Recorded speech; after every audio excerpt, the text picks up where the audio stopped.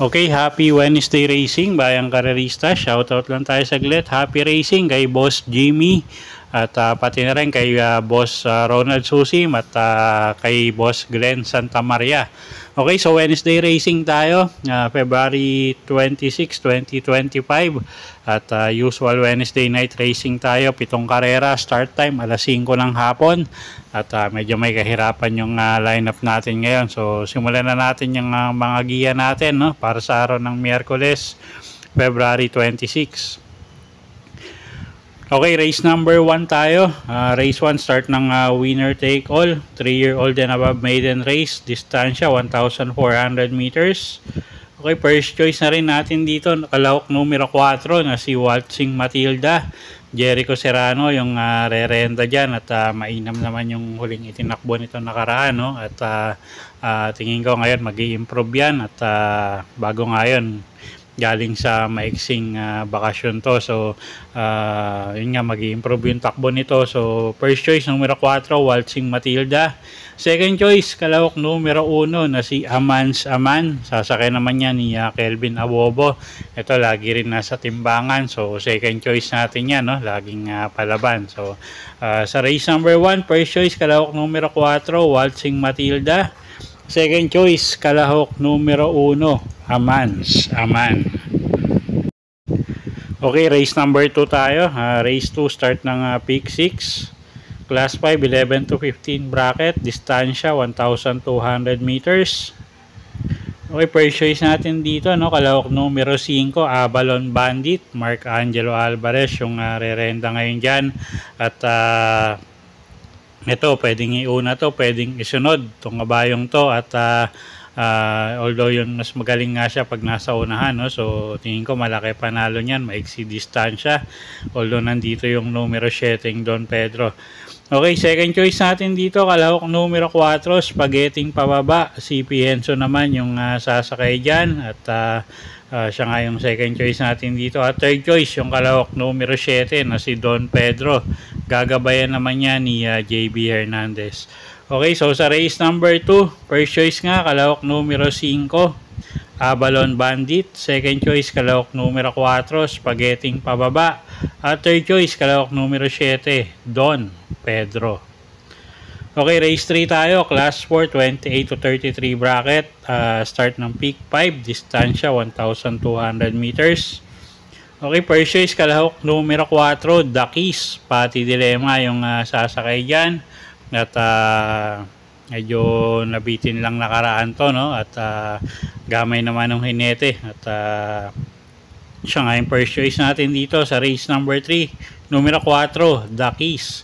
Second choice, kalahok numero 7 ay Under Oath. Gagabayan naman niya ni JB Hernandez. Medyo maganda yung post position niya at gamay pa ng hinete.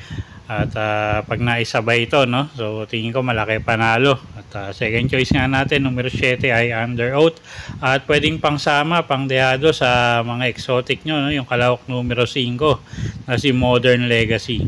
Okay, so sa race 3, first choice, kalahok numero 4, Dakis. Second choice, kalahok numero 7 ay Under Oath.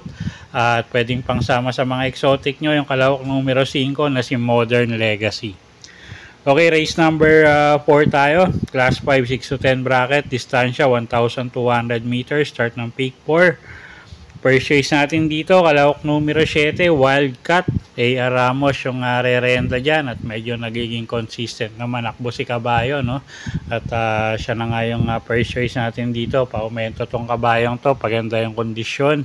So siya yung first choice nga natin. Second choice, kalahok numero 5, Dugong Bughaw. Si Espari Jr. naman yung re-renta dyan. Gamay din ng hinete yan. At pwede rin iuna yan. At although nandito yung numero 2 na si Taipan 1, alam naman natin napakatulin. At second choice nga natin, numero 5, Dugong Bughaw. At pwedeng pangsama pang dehado yung kalahok numero 8 na si Sneaky Eyes. Okay, so sa race 4, first choice, numero 7, Wildcat. Second choice, kalahok numero 5, Dugong Bugaw. At pwedeng pangdehado yung kalahok numero 8 na si Sneaky Eyes. Okay, race 5 tayo. Class 5 placers. Distansya, 1,200 meters. Okay, first choice natin dito, kalahok numero 8, Quincy. Gagabayan niya ni Allison Pabilik. At yun ko, pag nauna, malaki panalo, no? At siya nga yung pamprimera natin dito. At medyo siya yung pinaka-consistent manakbo sa timbangan dito. So, first choice siya, numero 8, Quincy. Second choice, kalahok numero 1, Red Hawk. A.R. Ramos naman yung re-renda dyan. Although medyo maiksi yung distansya, wag lang masyadong maiwan. Tingin ko malaki rin panalo. Third choice natin dito, kalahok numero 5, Queen Margo. Gagabayan naman niya ni JB Guerra. Okay, so sa race number 5, first choice, numero 8, Quincy.